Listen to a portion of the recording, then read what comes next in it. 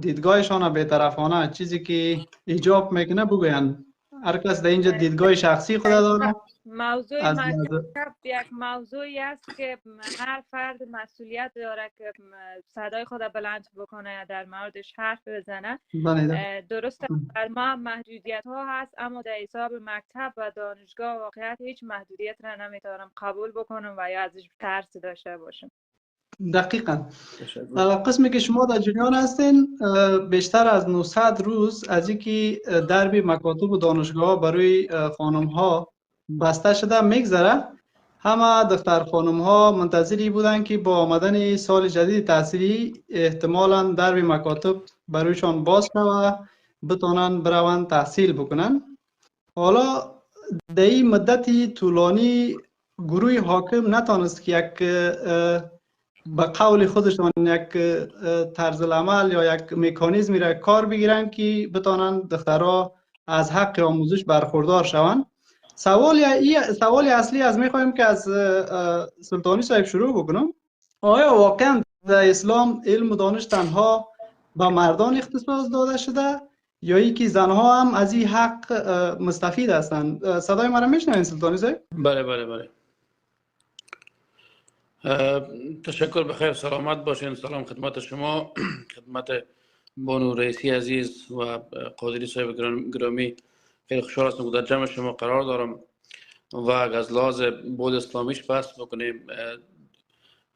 پرورش و آموزش برای زن مرد در اسلام فرض گردانیده شده که زن مرد حق داره که درس بخونه و از این نعمت بهره مند شود. اگر یک زن خانواده نتونه که تحصیل کرده باشه، درس بخونه، نمیتونه که اولادای سالم و مثمر به جامعه تقدیم بکنه و نمیتونه که اولادای خود درست تربیت بکنه و از هر لحاظ، و نمیتونه که اگر یک زن درس نخونه یعنی از قید در خانه باشه، چون اسلام براش جواز داده که برای درس بخونه، و نمیتونه که یک خانم بره پیش یک مرد خود تداوی بکنه و لحاظ که بعض بخشایی که مربوط به زنا میشه. یعنی نقش مهم زنها داره در جامعه امروزی که برن درس بخونن، تحصیل بکنن، روشن شون و دیدگاه باز داشته باشن تا بتونن برای خود رسیدگی بکنن. و ایره دین مقدس اسلام فرض دانسته و همچنان و زمانی که عزیز محمد صلی الله علیه و سلم میرفت با بیبی خدیجه یک تجارت میکرد. یعنی از وقتی که نیمی موضوع شروع شده یا درب مکاتب برای دختر خانم‌ها بسته شد تا امروز از با منابع مختلف ما جستجو کردم، در جستجوی شدم که معلومات کسب کنم که آیا واقعا دین اسلام آموزش دخترها یا خانم‌ها را منع قرار داده. وقتی که ما حرف از آموزش میگیم معنایش است که هم شامل آموزش‌های دینی میشه و هم علوم عصری میشه. تا جایی که ما تجسس کردم، جستجو کردم، ما کدام آیت و حدیثی را پیدا نتونستم که دو مشخص محدودیتی را برای خانم ها گفته باشه. مثلا ما که جستجو کردم پیدا کردم آیات قرآن کریم که یا ایها الناس بود، یا ایها الذین آمنو بود. به همین ترتیب دین اسلام علم را نور و جهل را ظلمت گفته و به همین ترتیب علم را بینایی و جهل را کور دانسته. حدیث و روایت های هم هست در این خصوص، مثلا گفته که طلب العلم فریضة علی کل مسلم و مسلمة، و آیات دیگری قرآن کریم در این مورد بسیار صراحت داره که گفته اعوذ بالله من الشیطان الرجیم بسم الله الرحمن الرحیم یرفع الله الذین آمنوا منکم والذین اوتوا العلم درجات والله بما تعلمون خبیر. آیت 11 سوره المجادله است. در این آیه کریمه الله متعال فرموده که رفعت و برازندگی انسان ها را بر ایمان و علم استوار میداند و مسلما در این آیه هیچ موردی برای برتری مرد و استثناء زنان در مسئله ایمان و دانش وجود ندارد و هر دو قشر حق دارند که از نعمت ایمان و روشنایی دانش برخوردار باشند. ما تا هر چقدری که تجسس کردم در اینجا یک آیتی را پیدا بکنم که دو مشخص ساخته باشه که یک تیپ مشخصی از انسان ها را مثلا از لحاظ جنسیت که خانم ها باشن گفته باشه که اینا محدودیت در تعلیم داشته باشن یا در آموزش، من نتونستم پیدا بکنم. به همین دلیل این دینی را که این گروه حاکم او را بر اساس از او استدلال میکنن که باید خانم ها مکتب نروند یا تحت یک قواعد و مقررات خاص باید مکتب برن، هنوز روایت های مختلف ما از اینا شنیدیم. یک بخشش میگن که ما با پوشش خانم ها، دختر خانم ها مشکل داریم، به این دلیل اونا را ما معطل قرار دادیم که باید یک مکانیزم مشخص شود بعد اینا بر رویت از او بروند مکتب. و روایت های دیگه است که رهبر اینا آقای هبت الله مشخص میگه که قطعا ما با رفتن دخترها به مکتب یا کار کردن اینا مخالفت داریم و این در مخالفت با دین اسلام قرار داره. اینا از کدام دین واقعا حرف میزنن؟ ما خو مردم افغانستان خو 35 میلیون همه اینا میگن ما مسلمان هستیم، پیرو دین اسلام هستن. اینا یک دیدگاه دارن، یک گروهی که اینا بر اساس هر معامله و تعاملی که بود آمدن به قدرت آورده شدن، اینا یک دین از خودشان ساختن بالای مردم تحمیل میکنن. نظر شما در این مورد چی است؟ دقیقاً حکومتی که فعلا در افغانستان حکم فرما است زیر چتر یا زیر نام به نام طالب یا مردم افغانستان و خصوص دختر خانم‌ها را به گرو گرفتن و دین یک ابزار قرار میتن و رفتن آموزش پرورش خانم‌ها که دین مقدس اسلام اجازه داده فرض است، فرض گردیم باید بره درس بخوان، اما در پس پرده حرفای وجود داره، حرفای زدبندای سیاسی است که به این خاطر نمیگذارن که دخترها برن به مکاتب درس بخوانن.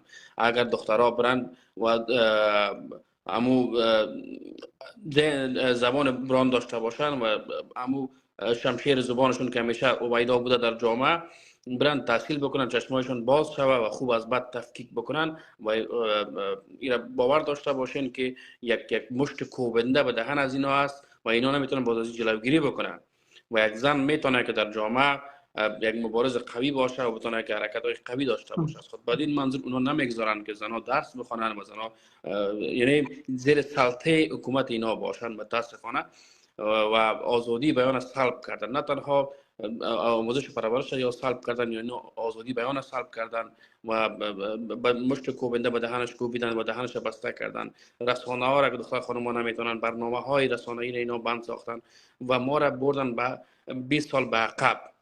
ببینین که کشورهایی هستن که به پیشرفت و ترقیشون فکر میکنن ولی ما نمیتونیم که خواهر ما، مادر ما یا دخترای غیر افغانستان درس بخونن. این بسیار تاسف بار است، بسیار شرم آور است و صدای ما برای حکومت حکم فرمای افغانستانی است که از برای خدا هر چی که بود مردم افغانستان قبول کردن، اما بگذارین دروازه‌های مکتب روی دختر خانم‌ها باز بکنین، دخترای خودتون بگذارین مکاتب برن درس بخونن و برای آینده افغانستان فکر بکنین. ما خو یک عمر مبارزه کردیم به خاطر صدای آزادی، به خاطر صدای ازی که از حقوق مردم افغانستان پایمال نشه و اگر از خانم‌ها باشه هر کس که باشه، اما ما آواره و در بدن دین اسلام اجازه داده که این طبقه باید تحصیل بکنه، چون بختیار صاحب زن که از ستون فقرات یک خانواده است.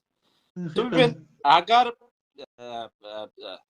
در یک خانواده که یک زن روشن فکر باشه، تحصیل کرده باشه، شما برایند اون امور شما میرین میبینین که فرزندای بسیار صالح، اولادای بسیار نیک، اولادای بسیار با ادب، اولادای تحصیل کرده از همون توی خانواده در جامعه تقدیم میشه. وقتی که چی است که یک کسی در بیرون به نام رهبر کتاب‌ها تصویر او را ما ندیدیم، افغانستان تا حال او را بچش ندیده. شاید یک چیز وجود داشته باشه، شاید یک آیسای پاکستان باشه، شاید آقای کرزی باشه.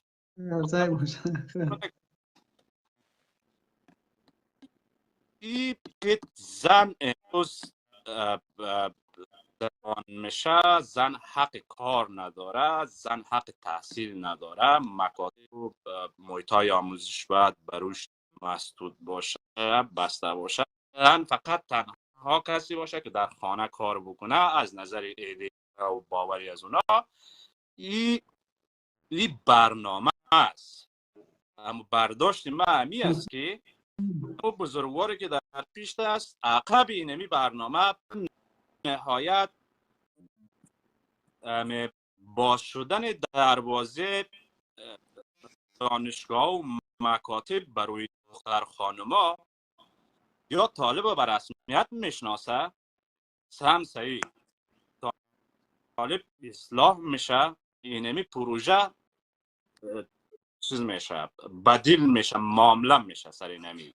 یا ای که اینمی رادیکال بودن تا یک جمع در داخل طالب، یک جمع از طالبا خیلی رادیکال هستند که اینا به زن باور، زن فقط میگن زن یک ابزار است، زن ناقص العقل است. میگه یک برای زن اگر اجازه دادی بیرون رفت دیگه همه چیز از هم میپاشه دیگه، اون جامعه را جامعه اسلامی نمیتونیم. و از این گروه ها در داخل طالب بیشمار است. گفتم یک بخشی از طالبایی که عقب هویت اسلام، عقب اسلام پنهان شدن به خاطر از اینکه بیان اهداف سیاسی خود دنبال بکنن، به خاطر سلطه قومی، به خاطر میخوان که ادامه بتن این سلسله، اونا وقت در بازی مکاتب برای دختر خانم‌ها باز شود و ما چطور بتانیم آرکولایی که در بودن در نظام یک چیزی مشاهدی داشتن و همیار را بخوابونیم بیان در خانهشان آرام باشن، یک از رو برشان یک مامور در این وزارت ها داشته باشیم که ما ادامه بتیم. باش که ما تمام بکنم. یک یا گفتم که کدامانی سبن بالا بیارین، کدامانی سبن بینه که ریکوست کردم میبخشن نه ما ریکوست نداریم. خواه میشنویم در یک قسمت طالبات در درون خودشان اختلاف دارن سر اینمی موضوع. یک گروه که زیاد رادیکال